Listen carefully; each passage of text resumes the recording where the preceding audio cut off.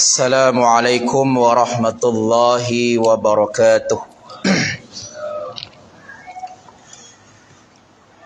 A'udzu billahi minasy syaithanir rajim.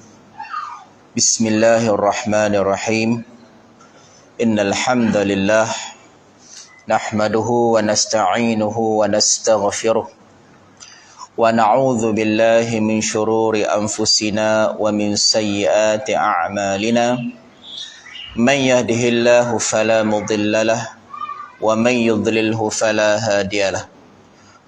Ashhadu an la ilaha illallah wahdahu la syarika lahu wa ashhadu anna Muhammadan abduhu wa rasuluh. Allahumma salli ala sayyidina Muhammad wa ala alihi wa sahbihi ajma'in. Amma ba'd. Yang saya muliakan tuan-tuan imam bersama barisan pegawai-pegawai masjid, yang dihormati pengurusi kita bersama ahli-ahli jawatan kuasa, hadirin hadirat, muslimin muslimat yang dirahmati Allah Subhanahu wa taala. Jadi yang pertama-tamanya marilah kita rafa'kan kesyukuran kita kepada Allah Subhanahu wa taala. Diizinkan oleh Allah pada malam ini dengan inayah daripada Allah dapat kita hadir bersama-sama salat maghrib secara berjamaah. Alhamdulillah. Seterusnya dapat kita menyambung perbahasan kita di dalam kitab Fiqhul Imam wal Ma'mum. Dalam masa yang sama kita nak teliti sifat salat Nabi, ya. Kita dua dalam satulah. Kita nak mendalami tentang bagaimana salat yang sebenarnya mengikut tata cara yang telah ditunjukkan oleh kekasih hati kita, junjungan besar kita Nabi Muhammad sallallahu alaihi wasallam, insya-Allah. Sebelum kita masuk betul kepada tajuk Fiqhul Imam wal Ma'mum, maknanya dengan imam dan makmum ni ada banyak dia punya, ya, pecahan-pecahan masalah-masalah dia. Itu kita belum masuk lagi. Sekarang ni kita nak dalami dulu, nak tengok dulu tata cara salat kita, bacaannya, caranya mengikut seperti mana yang telah ditunjukkan oleh Nabi 1400 tahun yang lampau, insya-Allah, ya. Okey. Jadi tuan-tuan yang dirahmati Allah Subhanahu wa taala, insya-Allah malam ni tibalah kepada rukun yang seterusnya. Minggu sebelum ni telah kita bahaskan suratul Fatihah, ya. Alhamdulillah lah, semua dah baca bersama-sama. Mudah-mudahan dapatlah kita baca surah Fatihah ni dengan bacaan yang paling tepat. Kerana apa? Surah Fatihah ni antara rukun yang paling penting, kerana dia merupakan rukun qauli. Jadi mesti dibaca paling tepat sekali di dalam sembahyang kita. Okey, jadi itu kita dah ulang kaji. Jadi bacaan Fatihah ni tak berhenti sampai itu saja, tuan-tuan, ya. Dalam masa semasa cuba lagi tahsin lagi. Ada kadang-kadang ada ustaz-ustaz yang bidangnya khusus dalam Quran, contohnya, yang datang ke Kuala Atuk ni, ataupun tuan-tuan pergi ke luar daerah, berjumpa dengan Datuk Faizul ke, ataupun jumpa dengan Tuan Qadhi kita, Tuan Qadhi Lipih, ya, Ustaz Zainuddin tu, itu faqih dalam ilmu Quran dan qiraat. Kenal Ustaz Zainuddin, Tuan Al-Fadil Qadhi daerah Lipih, kan? Abang Wan kita kenal, kan? Itu senior saya semasa di Al-Azhar dulu. Dia ni memang bidang qiraat, bidang Al-Quran. Jadi nak tahsin Al-Quran, cari orang macam dia. Jadi dia lebih mendalami lah, ya. Jadi tuan-tuan, dalam masa yang sama, kalau tak dapat berjumpa ustaz, dalam internet pun banyak, ya. YouTube ada, TikTok ada, macam-macam lah, ya. Boleh kita tengok banyak cara kita nak mendalami Al-Quran ni, banyak, ya. Okey. Jadi insya-Allah pada minggu ni kita masuk kepada rukuk, ya. Rukuk iaitu rukun solat yang seterusnya, itu rukuk. Allah Subhanahu wa taala berfirman di dalam surah Al-Hajj ayat yang ke-77.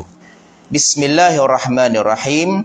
Ya ayyuhalladzina amanu ruk'u wasjudu wa'budu rabbakum waf'alul khaira la'allakum tuflihun. Wahai orang-orang beriman, ya rukuklah serta sujudlah mengerja sembahyang dan beribadahlah kepada Tuhan kamu dengan mentauhidkannya serta kerjakanlah amal-amal kebajikan supaya kamu berjaya di dunia dan akhirat. Diikuti oleh Nabi SAW daripada hadis daripada Abu Hurairah radhiyallahu anhu.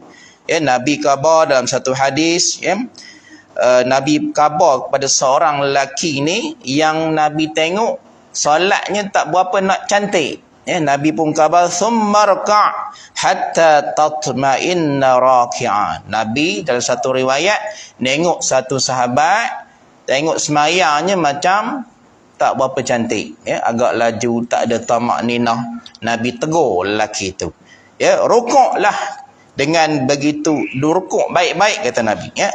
Rukuklah sehingga kamu benar-benar rukuk. Maksudnya ada tamak ninah dalam rukuk. Jadi kita ni rukuk tak boleh main cepat gitu je. Dia ada berhenti sekejap, dipanggil tamak ninah di dalam rukuk, ya. Okey, nanti kita akan tengok. Okey, tamak ninah di dalam rukuk, tuan-tuan, had rukuk paling minima. Ini paling minima lah. Ya. Jadi kita yang sihat segar bugar ni janganlah buat paling minima, kan? Rugilah kita. Kita ambil yang paling maksima, yang paling bagus. Yang paling minima ni kadang-kadang ya ada sakit belakang, ya ada slip disc, kan? Yang tak boleh bongkok sangat, cuba yang paling minima pun tak apa dah. Yang paling minima ni, tuan-tuan, rukuknya adalah seseorang membongkokkan badan sehingga kedua-dua tangannya dapat mencapai kedua-dua lutut. Itu paling minima. Paling minima, tangan kedua-dua ni dapat capai lutut. Itulah yang paling minima. Tapi bukanlah yang paling baik, ya.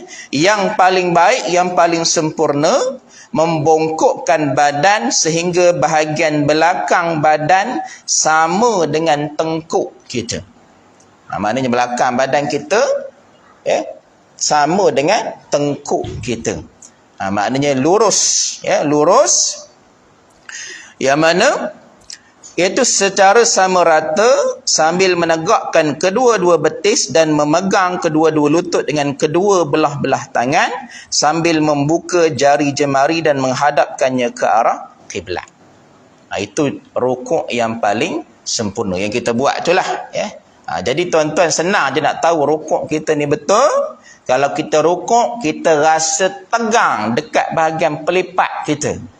Tegang, betul lah rukuk kita. Kalau tak rasa tu, maknanya ada kurang sedikit. Ya, itu penanda aras bagi rukuk yang tepat. Tapi paling kurang lah, ya, yang ada masalah, tak berapa boleh nak bongkok sangat. Paling kurang yang diterima oleh Allah, tangan kita mencapai ke arah kedua-dua tempurung lutut kita. Itu paling minimum, ya. InsyaAllah lah tuan-tuan, malam ni saya tak buat secara amali. Minggu depan lah kita gabung belaka. Ya, rukuknya, sujudnya, iktidal kita gabung secara amali pada minggu depan. Minggu ni secara praktikal dulu, bacaan-bacaan dulu, insya-Allah, ya. Okey. Kemudian tuan-tuan yang dirahmati Allah, andai ada orang yang tidak mampu sembahyang secara berdiri. Kan ada, kita tak mampu sembahyang secara berdiri, kita boleh sembahyang duduk. Tapi duduk ni tuan-tuan, nak saya tegaskan di sini, kalaulah kita ni mampu untuk duduk di bawah, itu yang paling baik. Jangan terus duduk di atas kerusi. Ya, kalau mampu duduk di bawah dulu, sembahyang duduk, ya, duduk antara dua sujud itu yang paling baik. Tetapi andai tak boleh dilipat, perlu pelipat kita ni kan, barulah kita boleh capai kursi itu. Begitu. Tapi yang paling baik, cuba. Kalau tak boleh duduk lipat macam tu antara dua sujud, duduk tahiyat akhir boleh. Tak boleh juga duduk bersila pun boleh, tak ada masalah ya. Tak boleh bersila belunjur pun tak apa. Yang penting duduk ya.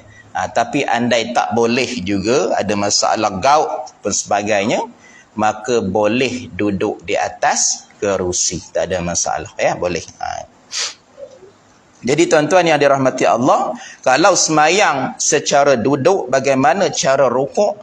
Yang paling minima adalah membongkokkan belakang sehingga mukanya berada setentang dengan kedua-dua lutut di atas tanah. Kita duduk, nanti kita itulah praktikal nanti minggu depan ya. Maknanya kita rukuk tu, kepala kita ni setentang sama dengan lutut kita semasa duduk. Itu paling minima. Kalau yang paling sempurna, rukuk kita itu regangkan lagi apa? Kita bongkok lagi sampai dahi kita sama dengan tempat sujud. Cuma jangan sujud lah, itu jadi sujud pula kan? Sama dengan tempat sujud. Okey, begitu. Tak apalah, saya tunjuklah bagi senang ya. Okey. Ini bagi yang tu. Bagi yang rukuk tu tahulah kan? Ini yang duduk tu. Yang duduk, kalau kita semayang duduk, bagi rukuk bagi orang yang semayang paling minima gitu. Sama dengan lutut. Sama dengan lutut. Dia maksima dia gitu. Mana? Sini. Itu paling maksima lah. Serupa juga atas kursi, paling minima sama lutut. Kalau maksima, depan lagi. Tapi jangan sampai terbungkang ke depan sudah ya. Tak pasal-pasal pula ya. Kena tengok. Okay, insya-Allah lah minggu depan kita akan tengoklah secara praktikalnya, amalinya pada minggu depan. Minggu ni secara teori lah insya-Allah. Okey, kita masuk terus kepada tamak ninah ni tuan-tuan. Qadarnya macam mana? Qadarnya paling kurang untuk kita maksa dia adalah dengan paling kurang dengan qadar tasbih subhana rabbiyal azim. Ya, subhana rabbiyal azim. Atau orang khabar paling kurang dengan qadar subhanallah boleh juga. Itu paling kurang. Kalau kurang daripada itu, dia ni saudara ayam lah, saudara burung. Batuk burung punya sebab tak terus gitu kan. Jadi tak boleh kurang daripada qadar subhana rabbiyal azim. Ya, gitu. Ataupun subhanallah. Ada qadar tamak ninah. Penting ni tuan-tuan. Kenapa? Terutamanya bagi orang yang masbuk. Ya, orang masbuk, dia masuk lambat. Jadi kebetulan dia masuk dengan imam. Imam kadang-kadang nak rukuk, dia pun Allahu Akbar kan? Allahu Akbar, kemudian dia rukuk. Jadi dia keandailah dia baru nak rukuk, imam dah angkat kepala, maka dia tak dapat. Ya? Yang mustahaknya kepada dia dapat rukuk bersama imam tadi dengan kadar subhana rabbiyal azim. Itu baru dia layak dapat rakaat tersebut. Andai dia rukuk, imam pun angkat terus, maka dia tak dapat rakaat tersebut. Ya, dia tak layak. Maka dia tak dapat rakaat tersebut. Kerana dia dah rukuk tapi tak rukuk bersama imam, tak ada qadar tamak ninah dia rukuk bersama imam. Jadi apa cara nak buat? Tadi tak dapat dah, memang confirm, Allah memang tak dapat. Dalam hati kita rasa kuat kan, rasa kuat tak dapat tadi. Adakah kita nak semayang, orang imam bagi salam kita bagi salam? Jangan, batal semayang kita. Ya, kita kena tambah satu lagi rakaat. Tapi kalau tuan-tuan yakin dapat tadi, tak apalah. Ini dapat ke tidak kan? Rasa macam tak cukup, memang rasa yakin tak dapat tadi, tak sempat tamak ninah bersama imam tadi, maka kena tambah satu lagi rakaat. Itu penting ya. Pentingnya rukuk bersama-sama imam, baru dia layak dapat rakaat tersebut. Okey. Ketika melakukan rukuk, kita perlu bertakbir. apa hukum bertakbir ni tuan-tuan? Sunnah. Ya, sunnah ada dua, sunnah hayat dan sunnah ab'ad. Ya, sunnah hayat ni yang kita dituntut melakukan, tapi andai kita tak buat sunnah hayat ni, kita tidak disunnahkan untuk sujud sahwi. Sunnah ab'ad pula, kalau kita meninggalkan sunnah-sunnah ab'ad ni, contohnya doa kunut tuan-tuan. Ya, doa kunut tahiyat awal contoh. Jadi kalau kita tinggalkan benda-benda sunnah ab'ad ini, selawat pada Nabi contoh, maka kita disunnahkan sebelum memberi salam sujud sahwi 2 kali. Itu sunnah ab'ad. Kalau hayat tadi, banyak hayat ni tuan-tuan, bertakbir, zikir semasa rukuk, sujud, semua tu adalah sunnah hayat. Ya, hayat dan sebagainya. Okey. Semasa rukuk kita disunnah. Okey, jap. Jika seseorang meninggalkan takbir dengan sengaja, takbir intiqalat tadi, Allahu Akbar, telah saya terangkan sebelum ni tuan-tuan, kita ada 4 kali angkat takbir kita. Ya, ada 4 kali. Yang pertama, semasa angkat takbiratul ihram, Allahu Akbar. Ingat lagi takbir ada berapa jenis? Ada berapa jenis? Ingat lagi kan? Ada 3 kan? Riwayat yang sahih daripada Nabi, 1 macam ini, ya, setentang ini dengan telinga, ini dengan ni. Ni. 1. Ya, yang kedua, paras bahu, haula mankibai. Yang ketiga, dirapatkan sampai seolah-olah kita punya ibu jari kena kepada cuping telinga. Jadi ada 3 riwayat yang paling sahih yang kita boleh pegang, mana-mana boleh, insya-Allah. Jadi lepas ni jangan buat takbir gitu dah tak payah dah. Takbir Ultraman lah, macam-macam kan.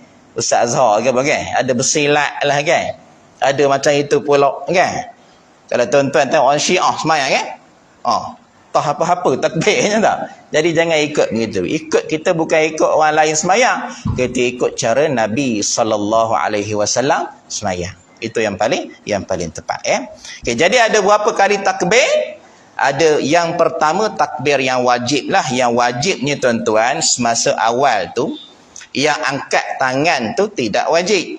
Yang wajibnya ucap Allahu Akbar, itu wajib. Angkat takbir tu sunnah hayat sahaja. Andai tuan-tuan tak angkat tangan, patah ataupun sebagainya, ataupun saja malah kan, Allahu Akbar, sah sembahyang kita.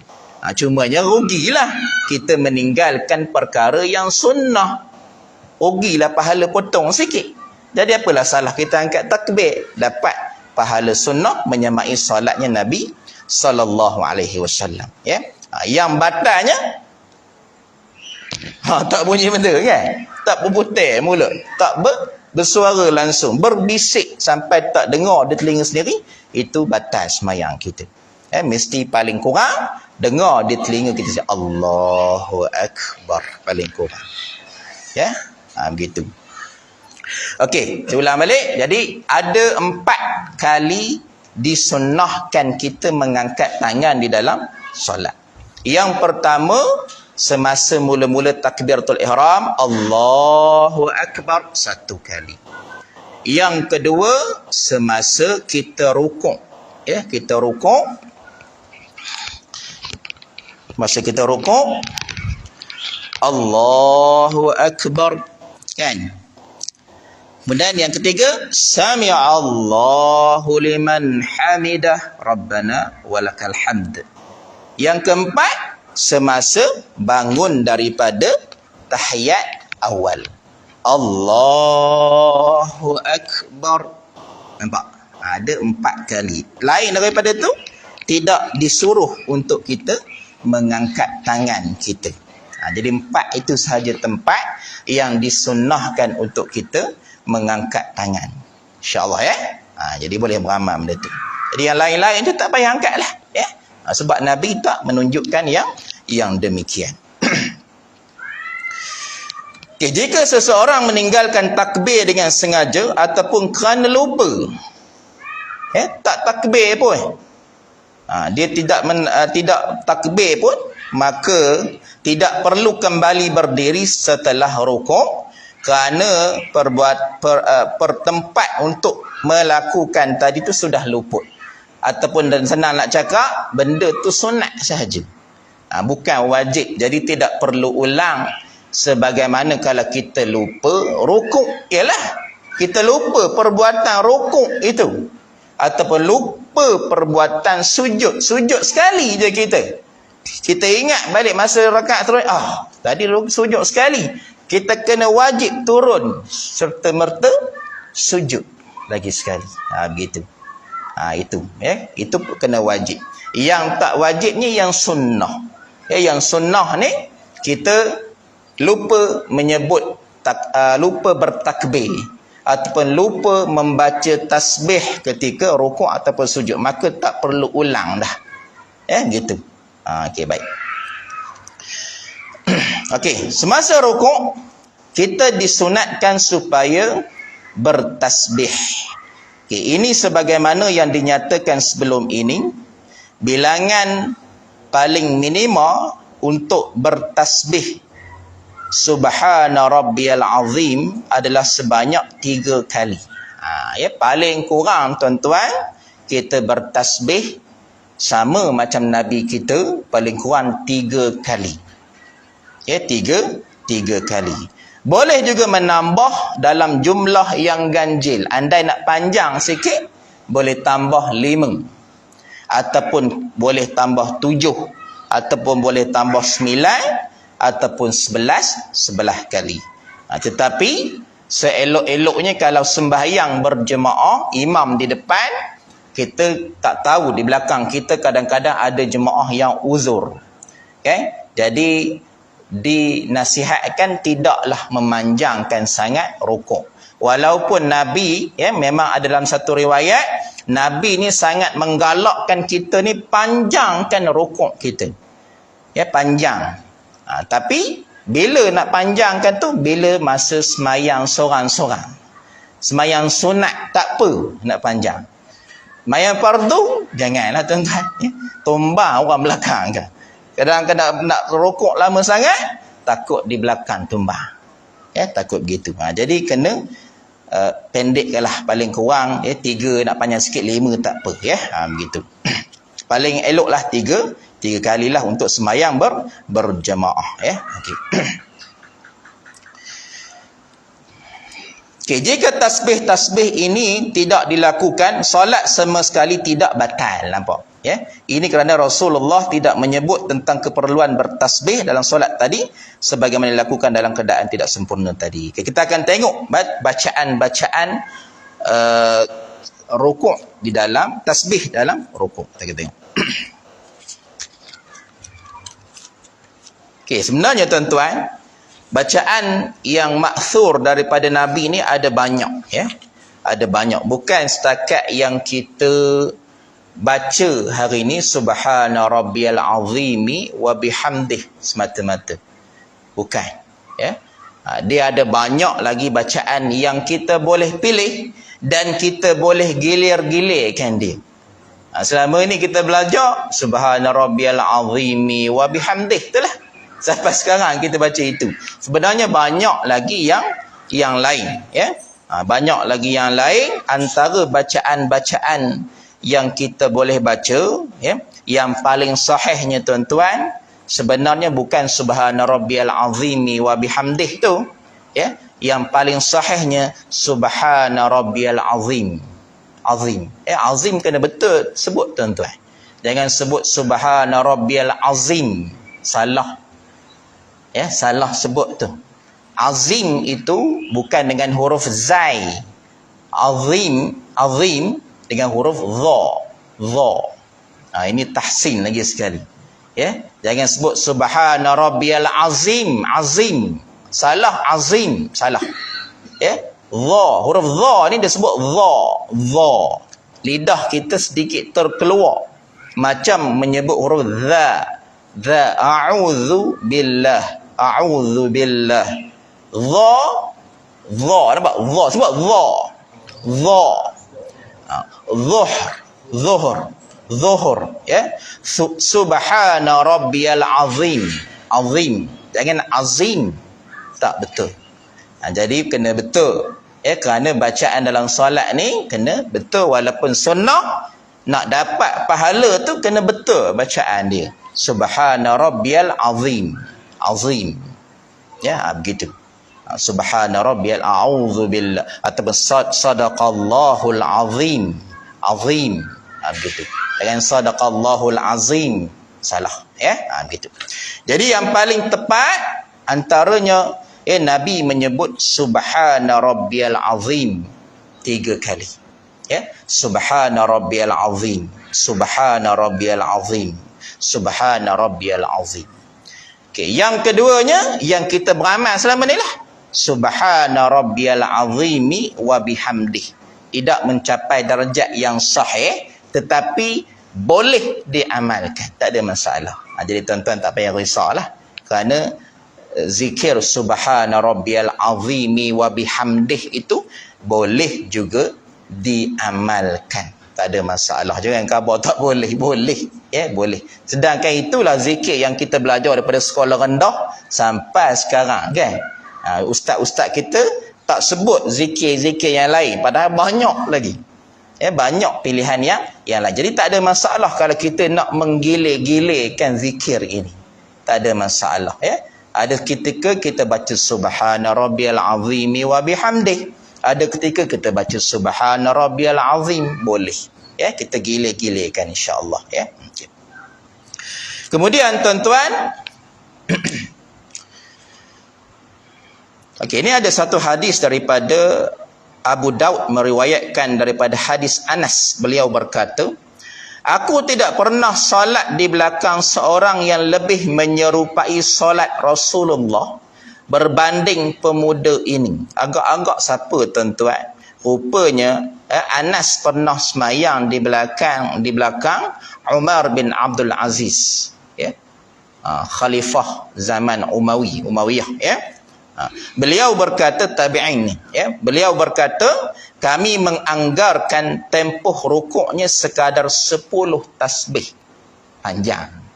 Panjang. Jadi tuan-tuan, dibolehkan juga untuk kita panjang, tapi pastikan di belakang kita tu badan macam John Cena belaka. Kuat-kuat belaka. Badan tegak-tegak belaka. Kalau badan pakai tongkat belaka kan, tak boleh lah.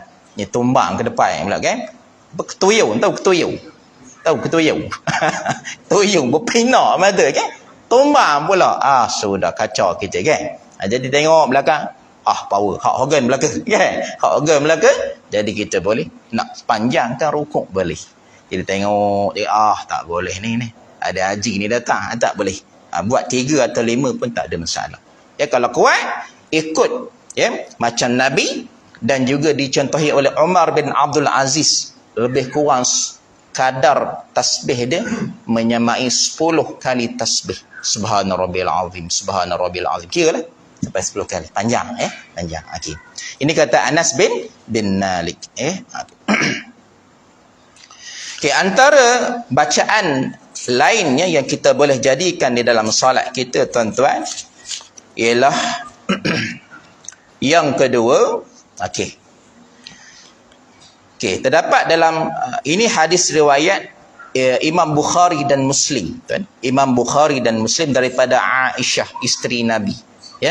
Nabi pernah mengucapkan dalam satu semayang Nabi, rukuknya Nabi menyebut subhanakallahumma rabbana wa bihamdika allahumma ghafirli. Ini boleh apa agak-agak anda? Ada harapan? Boleh? Ke payah? Boleh, pendek tu. Subhanakallahumma rabbana wa bihamdika. Senang saya sebut, Subhanakallahumma, satu. Rabbana wa bihamdika Allahumma ghafirli. 3 detik tangan sahaja. 3 kali ni sahaja. Subhanakallahumma rabbana wa bihamdika Allahumma ghafirli. Itu. Jadi boleh. Hadis sahih riwayat Imam Bukhari dan Muslim. Nak tulis tak catat, ada nak catat ke ataupun saya hantar dalam grup masjid je boleh. Dalam senang. Jadi nak catatkan bazir masa dah. Jadi kalau sempat catatlah ya. Jadi kalau tak sempat catat, nanti saya bagi pada abang Wan kita. Abang Wan kita hantar dalam grup masjid ya, bacaan yang warid yang boleh kita jadikan pilihan dalam sunnah semayang kita ya, insya-Allah. Okay.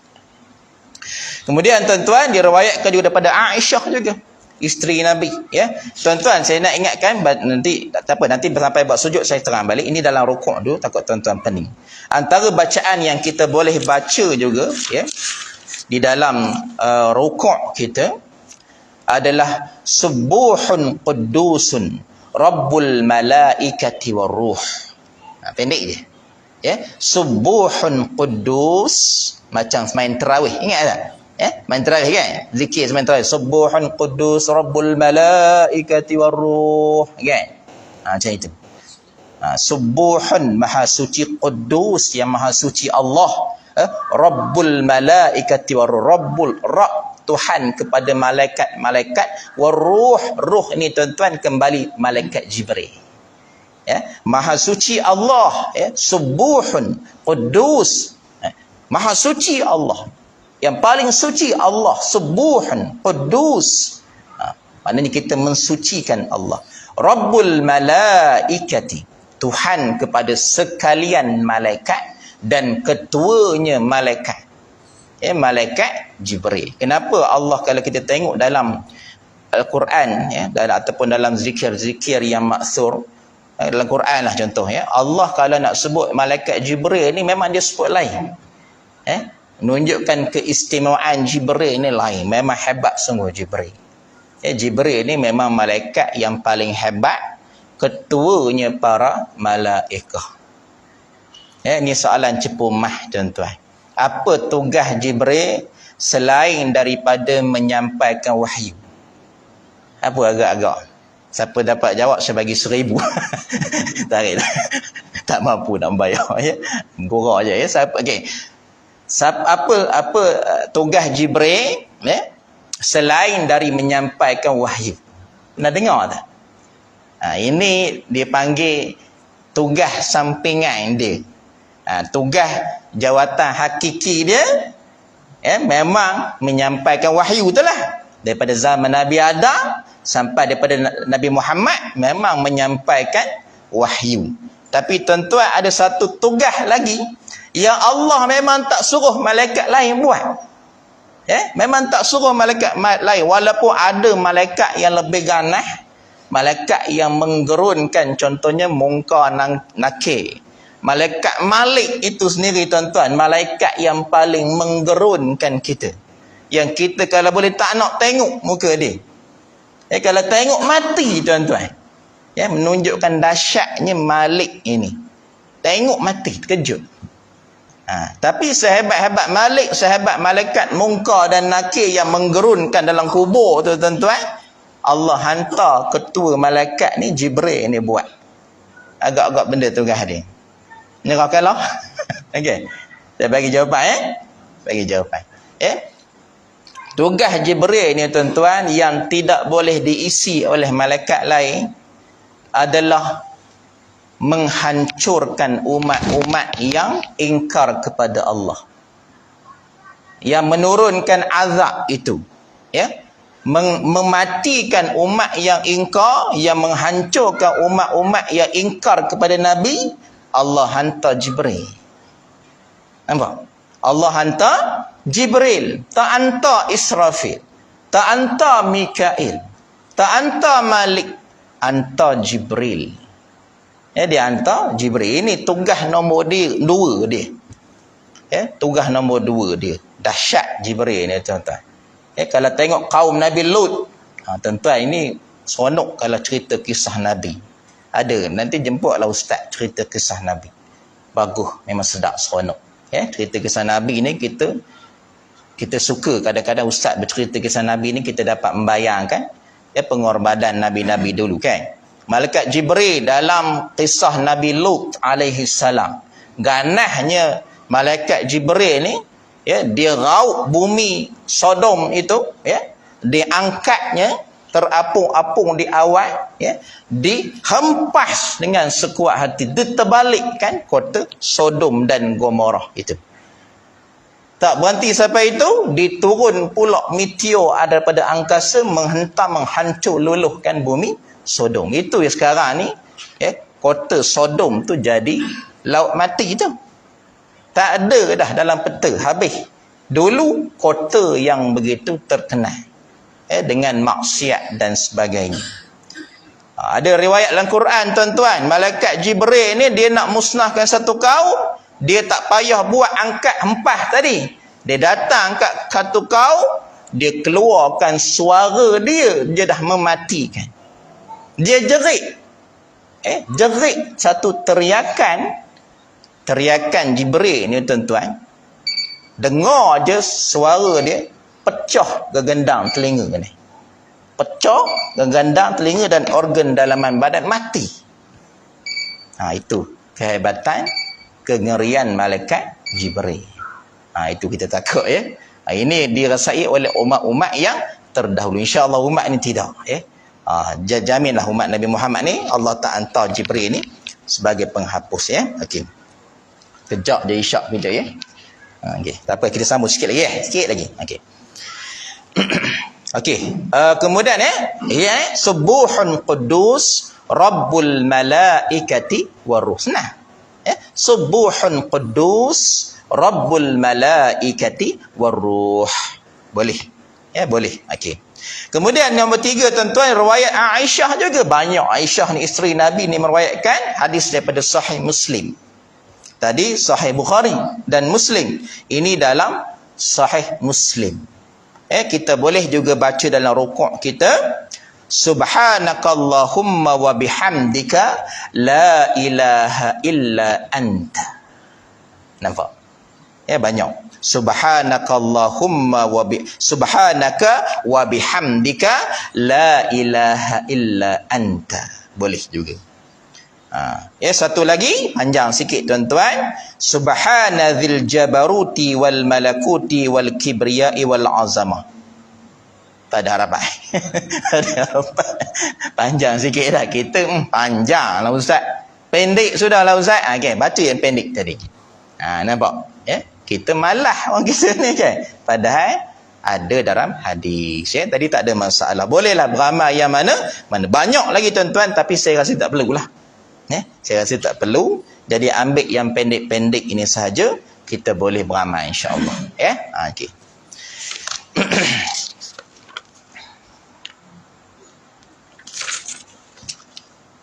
Okey, sebelum kita berhenti, tuan-tuan, kita masuk sedikit i'tidal, boleh? Sikit-sikit je, ya. Okey. Okey, jadi dah selesai bacaan di dalam rukuk, ya, maka kita terus kepada hukum kepada rukun yang seterusnya, iaitu i'tidal. I'tidal, maka kita dah rukuk, maka kita akan bangkit daripada rukuk kita. Maka, tuan-tuan, ada disunnahkan kita mengucapkan perkataan sami'allahu liman hamidah, rabbana walakal hamd. Cuma, tuan-tuan, ada beberapa bentuk bacaan. Ada beberapa bentuk bacaan. Ada 4 bentuk bacaan rabbana lakal hamd. Yang pertama, tuan-tuan, semuanya pernah dibaca oleh Nabi kita. Yang pertama, Nabi pernah baca Allahumma rabbana lakal hamd. Yang pertama. Yang kedua, Allahumma rabbana walakal hamd, tambah walakal hamd. Yang ketiga, rabbana lakal hamd. Yang keempat, rabbana walakal hamd. Jadi, tuan-tuan, tak payah pening kepala, ambil yang paling pendek. Ambil yang paling pendek, ya. Rabbana lakal hamd, ataupun tambah wa, rabbana walakal hamd. Begitu. Boleh, ya. Siapa yang mendengar, ada ustaz baca, imam baca rabbana walakal hamd, boleh, tak ada masalah. Ada imam baca rabbana lakal hamd, boleh juga, tak ada masalah. Cuma tuan-tuan, ulama khilaf dalam bab mengucapkan sami Allahu liman hamidah. Satu lagi sebutan sami Allahu liman hamidah kena betul-betul. Jangan baca sami Allah, sami'a, sami'a. Apa sami'a? Bukan sami'a, sami'a. Sami'a. Sami'allah. Sami'allahu liman hamidah. Allah ini maha mendengar kepada orang yang memujinya. Itu maksud dia. Begitu. Sami'allahu liman hamidah. Hamidah. Itu kena tepat. Jangan baca sami'allah, sami'a. Ain, dengan ain, bukan dengan hamzah, tapi ain. Sami'allahu liman hamidah. Ulama khilaf dalam menyebut ini. Khilaf. Yang pertama, mazhab kita, mazhab Syafi'i, Imam Syafi'i, Atha dan Ibn Sirin. Siapa Ibn Sirin ni? Ulama tabi'in yang mahir dalam tafsir mimpi, Ibn Sirin itu. Ibn Sirin ni Syafi'i, Imam Syafi'i, Atha, tabi'in. Mereka mengatakan sunnah, kita ni imam menyebut sami Allahu liman hamidah Rabbana walakal hamd. Kita pun di belakang sami Allahu liman hamidah Rabbana lakal hamd. Sunat mengucapkan sami Allahu liman hamidah Rabbana lakal hamd. Ini pandangan yang pertama, sunnah, boleh. Pendapat siapa? Mazhab kita, mazhab Syafi'i. Pendapat yang kedua, tuan-tuan, daripada ulama mazhab tiga yang lain, Hambali, Maliki, Hanafi.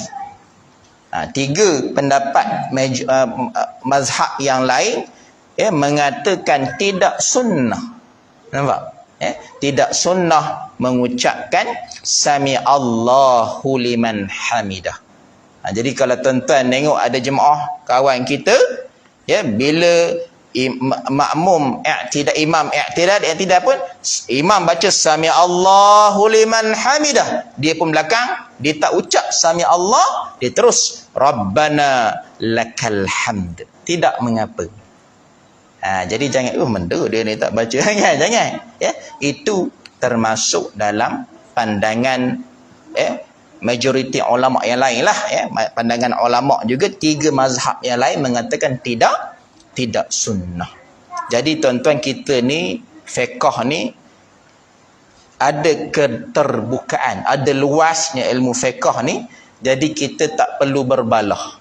Andai ada yang berlainan, maka ada ruang lingkup yang lain, ada hadisnya. Imam Syafi'i ni ada pegang hadisnya, imam tiga mazhab ni ada hadisnya. Jadi tidak ada masalah. Nak sebut pun boleh. Dalam mazhab kita mengatakan sunnah, dalam tiga mazhab lain mengatakan tidak sunnah. Jadi selesai masalah, kan? Jadi tidak perlu kita nak berbalah. Tuan-tuan, saya akhiri malam ni, tuan-tuan. Ini bacaan, saya rasa kalau tuan-tuan tak buat, rugi.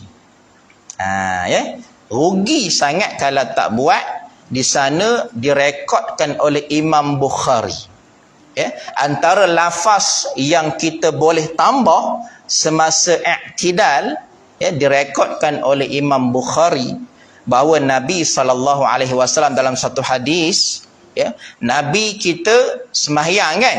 Nabi sembahyang, semasa dalam ketika i'tidal tu, Nabi dengar seorang sahabat baca di belakang, Nabi pun ucap sami Allahu liman hamidah Rabbana lakal hamd, kata Nabi, kan? Sahabat yang di belakang Nabi ni sami Allahu liman hamidah, ataupun dia tak ucap, sami Allahu liman hamidah Rabbana lakal hamd, ditambah hamdan kathiran tayyiban mubarakan fih, tambah. Nabi lepas semayang tidaklah tegur orang semayang, batal semayang pula. Selesai semayang tu, Assalamualaikum warahmatullahi. Assalamualaikum warahmatullahi, kan? Nabi kalih ke belakang. Ya, Nabi kalih ke belakang. Siapa tadi ucap sekian-sekian tadi? Hamdan katsiran tayyiban mubarakan fih tadi siapa? Sahabat ni macam takut kena marah agaknya. Saya ya Rasul, saya, kan? Ya, sesungguhnya aku berasa kagum dengan kalimah tersebut kerana aku melihat, ya, Nabi melihat semasa sahabat tadi ucap hamdan katsiran tayyiban mubarakan fi, datang 30 malaikat atau lebih datang menyerbu ke arah lelaki tersebut, ya, datang nak catat nombor pertama. Dosa pahalanya yang nak diangkat ke langit tu. Rebut ni, malaikat ni nak catat dulu, ya. Malaikat pencatat pahala ni bukan 2 orang je, banyak malaikat yang catat amalan-amalan sunnah yang lain, contoh, ya, banyak malaikat. Jadi berebut malaikat nak catat pahala yang naik ke langit itu. Macam pernah dengar jadi, ya. Tapi bukan hadis itu. Yang ini hadis semasa i'tidal. Yang kita baca dulu hadis semasa iftitah, kan? Yang hadis iftitah tu ditambah alhamdulillahi hamdan katsiran tayyiban mubarakan fi. Itu hamdan, itu bacaan semasa iftitah. Iftitah itu malaikat berebut juga, ya, malaikat berebut nak mencatat amalannya, maknanya itu, ya, itu. Dan dibuka pintu langit dan sebagainya. Dibuka, yang berebut tu nak naikkan amalan tu, nak naikkan amalan itu ke langit. Itu semasa bacaan iftitah. Iftitah ditambah alhamdulillahi hamdan katsiran tayyiban mubarakan fih. Itu iftitah, ya. Yang i'tidal tadi rabbana lakal hamd hamdan katsiran tayyiban mubarakan fih. Siapa yang baca ni tuan-tuan, malaikat berebut nak catat nombor 1. Setiap rakaat, setiap kali i'tidal baca. Jadi jangan kita lepaskan peluang. Nabi dah sebut, tuan-tuan, kalau kita lepas juga rugilah kita, kan? Tapi banyak saya tengok bila saya baca hadis ni, saya semayang serupa juga tak sebut juga, kan? Jadi rugi, ya. Saya maknanya tak beramal dengan apa yang kita belajar. Sepatutnya kita amal lah yang kita belajar, kita beramal. Kerana yang saya baca ni adalah hadis sahih Imam Bukhari. Jadi tak ada masalah kita nak baca dan amalkan, insya-Allah. Ya, banyak lagi amalan-amalan sunnah yang lain yang kita tambah, nak bagi tambah solat kita, bagi paling lengkap, paling full markahnya, insya-Allah, ya. Jadi itu sebagai penutupnya, insya-Allah, pada malam ini. Jadi insya-Allah pada minggu hadapan, tuan-tuan, kita akan sambung kepada rukuk, ya, dan kita akan tengoklah sedikit secara praktikal perbuatan secara amalilah, perbuatan-perbuatan tadi. Jadi kita jumpa lagi minggu depan, insya-Allah. Jadi yang baik yang datang daripada Allah Subhanahu Wa Taala, yang kurangnya daripada saya sendiri. Ada soalan sebelum saya berhenti? Tak ada, ya? Tak ada, insya-Allah. Tak ada, ya? Okey, kalau tak ada saya berhenti dulu. Kalau ada soalan lepas ni lah, insya-Allah, semakan-makan, ya? Insya-Allah. Jadi yang paling baik datang daripada Allah, yang kurangnya daripada saya sendiri. Ada kesalahan, kekurangan, saya mohon maaf, mohon ampun. Aqulu qawli hadza astaghfirullahal azim li wa lakum. Assalamu alaikum warahmatullahi wabarakatuh.